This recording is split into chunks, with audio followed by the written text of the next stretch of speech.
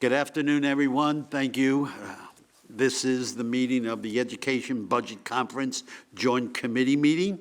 It is Wednesday, the March 18th. We welcome you here for that.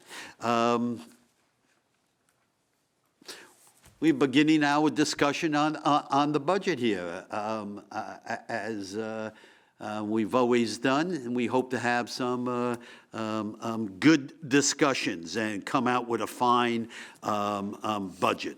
I'm very happy to be joined by my co-chair, Senator Shelley Mayer. And Senator Mayer, why don't you kick off and find out who's sitting with you? Excellent. Good afternoon, everyone, and welcome to the Education Conference Committee. I'm Senator Shelley Mayer, Chair of the Senate Education Committee, and I'm honored to co-chair this conference committee with my Assembly colleague, Chair Benedetto. Before I introduce my Senate colleagues, I'd like to say a few words as we begin this year's budget negotiations. The Senate is committed to making sure any modifications to the foundation aid formula are responsive to the needs of our students and districts. That includes considering a weight in the formula to provide support for populations of students who are experiencing homelessness and in foster care, increasing the formula weighting for students who are English language learners, and providing at least a 2% due minimum increase to all districts. We'll carefully evaluate these changes and any potential modifications to ensure the foundation aid formula meets the needs of all our school communities. Additionally, the Senate recognizes the importance of early childhood education and is supportive of efforts to expand universal pre-kindergarten for all four-year-olds statewide so that all children have access to full-day pre-kindergarten programs. Other important topics to be discussed in the next few weeks include continuing our support for schools for students with disabilities, the 4201s, 853s, Special Acts, and 4410s, and support for our non-public and religious schools, which represent an important part of our educational ecosystem. It's my hope that our table can find agreement on these proposals and more to meet the critical moment our schools are facing. With that, I'd like to introduce the Senate members of the Conference Committee.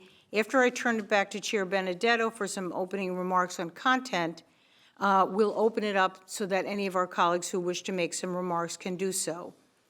So I'm joined to my right by Senator John Liu, Chair of the Senate Committee on New York City Schools, Senator Sheila Bino, Chair of the Senate Libraries Committee, Senator Toby Ann Stavisky, Chair of the Senate Higher Education Committee, Senator Monica Martinez, alternate, and our ranking member of the Senate Education Committee, Senator Jim Tedisco, and Senator Bill Weber, who is an alternate for the minority. And I turn it back to my colleague, Chair Benedetto. Thank you, Senator. Yes. To begin with, I would just like to point out some of the highlights of the Assembly Education Budget Proposal to enhance supports to students and school districts. They include increasing the foundation aid by $1.4 billion over the current year for a total of $27.8 billion. The Assembly modifies the Executive's foundation aid proposal by raising the minimum increase for all districts from 1% to 2%, increasing the English language learner, the ELL factor in the pupil needs index from 0.53 to 0.6, adding a new weight to the pupil needs index of 0.65 for students in foster care or experiencing housing instability, and removing the cap on the the pupil needs index. Providing also $600 million in class size reduction aid to support New York City's compliance with class size mandates. providing an additional $100 million for community schools outside of the $250 million foundation aid set aside, providing $326.5 million to eliminate the prior year school aid claims check, accepting the executive's $431 million increase for universal pre-kindergarten and modifying the proposal by increasing $3K reimbursement for the rest of the state to a minimum of $10,000 per pupil for an additional $20.9 million, increasing special services aid by $10.1 million by raising the base per pupil aid from $4,100 to $4,300, providing an additional 3% or $3.4 million for private schools for the blind and deaf, the 4201 schools, for a total of $118.3 million, and restoring $4.9 million for 8 schools the executive proposed to eliminate, restoring $15 million for teacher resource and computer training centers, restoring increased library aid by $4.6 million, and increasing library construction funding by $36 million over the executive, for a total of $70 million. Providing an additional $2 million for My Brother's Keeper, for a total of $30 million, providing $3.1 million for the State Education Department to implement New York Inspires, providing an additional $800,000 for Teach New York, and restoring $4 million for educational television and radio. Let me introduce at this time the people to my left, okay, who are on today's panel. Okay, Assemblyman Clyde Vernell, Assemblyman Robert Carroll, the chair of the Libraries and Education Technology Committee, okay. And then we have Ranking Member Doug Smith is joining us from the Assembly Minority Conference with Assembly Member Patrick Kolonsky serving as an alternative. Assemblyman, I hope I got that right. Close enough. Okay. With that, Senator, I pass it back to you, and maybe there are some things that some of your members would like to comment on. Absolutely. I will turn it over to Senator Liu, and then we'll go down the line. Thank you, Madam Chair. I only want to say that education continues to be the highest priority for state government here in New York, as evidenced by its prominence in the proposed New York State budget, and I look forward to working with this conference in resolving a budget that will ensure that all New York State school kids get a sound basic education. Thank you, Madam Chair. Thank you very much. I'll come back to you, Senator Disco. Do not worry. Senator Stavisky, do you have any opening remarks?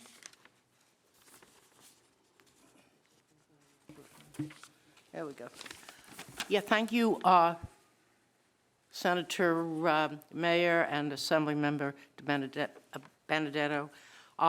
As a former high school teacher, obviously I'm concerned about education, and I think the possibilities are endless. I think we've got to, I know we can get together on these issues because we have there's more that brings us together than divides us. So I thank you, and let's get this done. Thank you. Senator Bino, Chair of the Senate Libraries Committee. Thank you, co-chairs. I am hopeful for a fruitful discussion as we continue to lobby and advocate for funding to come to our libraries. the construction aid. We know that that line is oversubscribed each year because the needs of our libraries are great. We know that we need to increase the funding for operating, and we know that we need to ensure that the schools are getting the funding for their libraries, as they have not received any increase since 2007. So I am looking forward to working with my colleagues to ensure that we deliver on those needs. Thank you. Thank you very much. Senator Tedisco? Thank you, Senator, and welcome to all of you, and thank you for your interest and support for our educational system in New York State. Let me say, you might or might not know, I've had a lot of roles over the year, and I appreciate those roles. I appreciate working with Senator Mayer as our chairman in this committee, and I don't think I've been prouder or more excited to work at anything as the minority ranker on this committee than that factor on education. I really do think that this committee, if not is pretty close to the most important committee we're working on in terms of holistically inside the budget. I mean, if our children and our kids are our future, their education is a big part of their future, and I think our constituents know that. You understand that even in the majority and the minority, this is a representative democracy. We have differences of opinion. But clearly, what illustrates the importance of our educational system, the budget from the governor was $260 billion. The governor from the Senate now, 269.4.5, give or take, billion dollars. In a year of affordability, that could be challenging for us. But what illustrates the importance of education, that if you look at the numbers from the governor, from the Senate, from the Assembly, $39 billion, .2, $39 billion, .4 holistically, which illustrates the understanding we have for the importance of the educational system. And it's not only Democrats and Republicans, minority, majority, who know this is an important part of what we do here. When we, and I know but I think when we talk to our constituents and we talk about education, we want you to fund it. We want you to fund it at high levels sometimes. It's one or two of the biggest parts of the government. But they also say this: we want test scores to go up. We want a great curriculum. We want good teachers. We want good administration. We want the facilities. We want school boards that understand $39 billion and all those other things. But above and beyond all of that, I know you're looking at me, Senator, but this is an important issue. Above all the things I've said that are important, you know what probably is most important? A setting where they feel comfortable, safe, and secure. Because you could be the brightest kid in the class.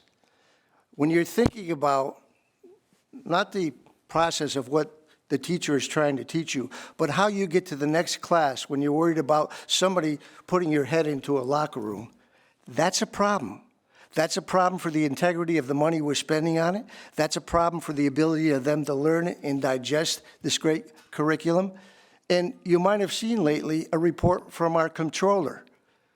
The first sentence of that report starts out with parents and highlights the importance of parents. You know, we have, from that report, an excess of increasing bullying that takes place in our schools. Now, we did the Dignity for All Students Act, an important piece of legislation. It says we have to have a plan when an action of bullying takes place in a school, and we have to report it to the state education department. You know who we don't have to report it to? The parents. Parents who we say, come to school and volunteer, get involved in your child's life, meet with the parent teachers, join the PTA. But we don't want to notify them or mandate it when an act of bullying takes place with their child and brings them away from the ability, from that billions of dollars we're putting into a $39 billion, to not concentrate on what's so important for that foundation we want to build for them.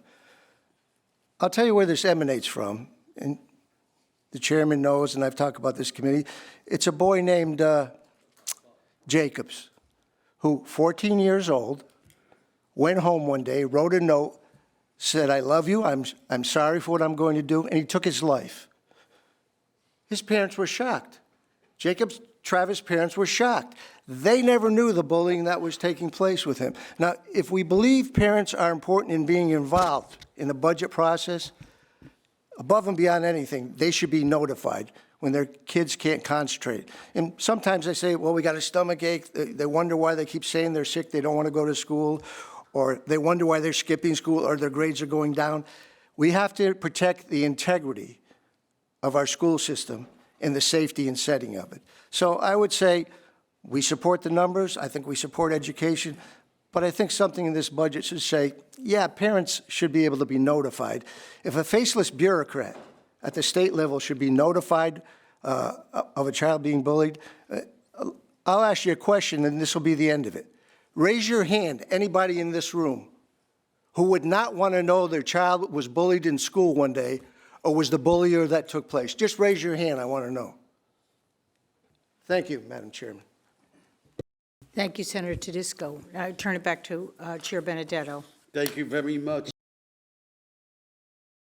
And interesting comments. I have a feeling that possibly my side might want to say a couple words. We'll start with Assemblyman Vanel, if you have anything that you want to say, sir.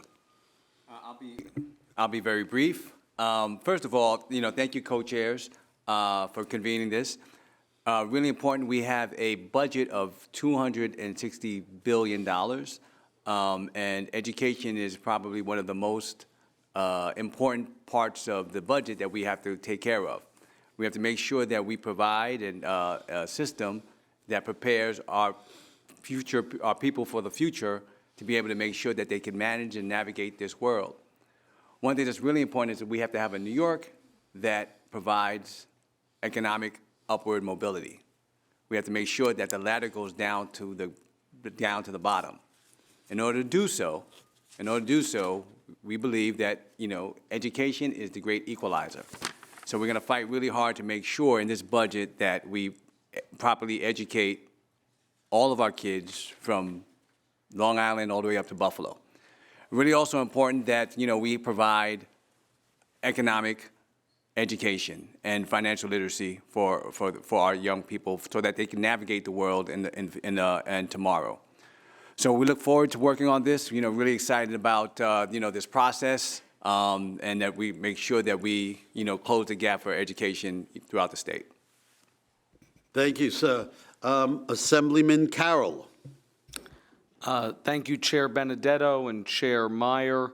I also want to thank Chair Bino of the Libraries Committee for mentioning the need to fully fund our libraries and their operating and capital needs.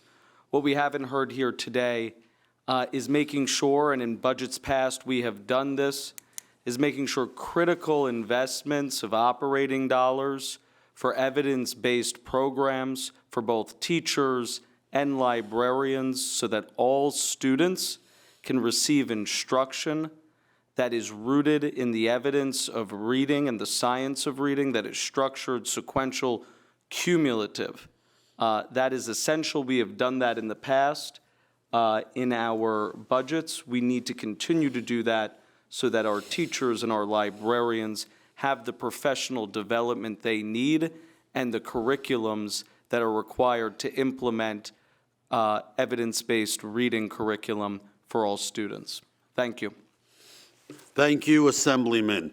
Assemblyman Education Committee Ranker, Assemblyman Smith. Thank you to Chairs Benedetto and Meyer. As we join today, I think you've heard from everyone that public schools unite us.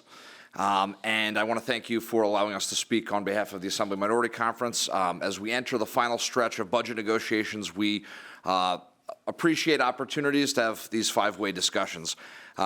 In the Assembly Minority Conference, we're glad that both one House budgets guaranteed every district a 2% minimum increase in foundation aid. That matters. Our students deserve quality education no matter where they live or what their level of need is. But the formula is still broken. The base foundation amount, the number that determines what it costs to adequately educate a child, hasn't been refined since the 2016-17 school year, which is nearly a decade of stale data driving billions of dollars of aid. The regional cost index specifically, which has been untouched for most districts since 2007, is also not responding to the needs of our district. I will say that we do appreciate the examination of English language learners and seeing how we can drive additional dollars for that. I want to continue conversations about special education and how districts, not only do they have an obligation to meet the need, they want to meet the need. So we need additional dollars to do that. And we'd like to continue. We feel that community schools are a really appropriate and great way to drive social service dollars to provide services to families. So we do think that increasing funding for community schools, it's a win-win because families are getting access, they're interacting with their children's education. So we think that's a home run. So these are some of the changes in the enacted budget. With that, if I could turn it over to conclude our remarks briefly to Assemblyman Kludzinski for our conference. Thank you, Mr. Chair, for the opportunity to speak momentarily. Just to add on to what my colleague, Mr. Smith, was saying, we all know that money alone will not fix our schools. We must also get the state out of the way and empower our schools to improve student outcomes through local control. Too many state mandates are draining school budgets, money that should go to classrooms but doesn't. Chief among them, the electric school bus mandate. School leaders across the state have been clear. The current timeline is not workable. It's time to listen to them. And just in regards to libraries, let's not forget our libraries. Libraries are the great equalizers. They provide internet access to families who can't afford it. They open up resources that would otherwise be out of reach, and they are the pillars of the communities that they serve. They deserve a greater level of support in the enacted budget, and we must deliver for our libraries. In closing, New Yorkers are struggling with affordability. They need an on-time budget. They need fiscal restraint, and they need to know that their voices are being heard here in Albany. We are ready to work together, open and transparently, to deliver that for all of our residents. Thank you, Mr. Chair. Thank you, Assembly members. All points well taken. Senator, is there any further things that you would like to say? First, I would like to note the State Education Department is at this table and that the Senate designates Catherine Fennell as the recording secretary. I'd also like to say that on these issues, we have had a very good history in the legislature of working on a bipartisan basis to achieve tangible results for every child in every school, whether it's rural, suburban, or urban, whether it's a school for students with special needs, whether it's a traditional public school, or whether it is a non-public school. We are committed to the children in these schools and the staff, the teachers, and the other administrators who provide services. We believe in public education, but we believe in supporting every child, and I think we have a track record in that area. I'm confident we'll work together under the circumstances of the governor's original proposal, modifying it to reflect our individual aspirations for these children and for schools, and I'm confident we'll come up with a compromise that reflects the best of New York, and I look forward to working with all my colleagues to do that. Thank you, Senator. And I can only say that we in the Assembly share the same ideals that you have.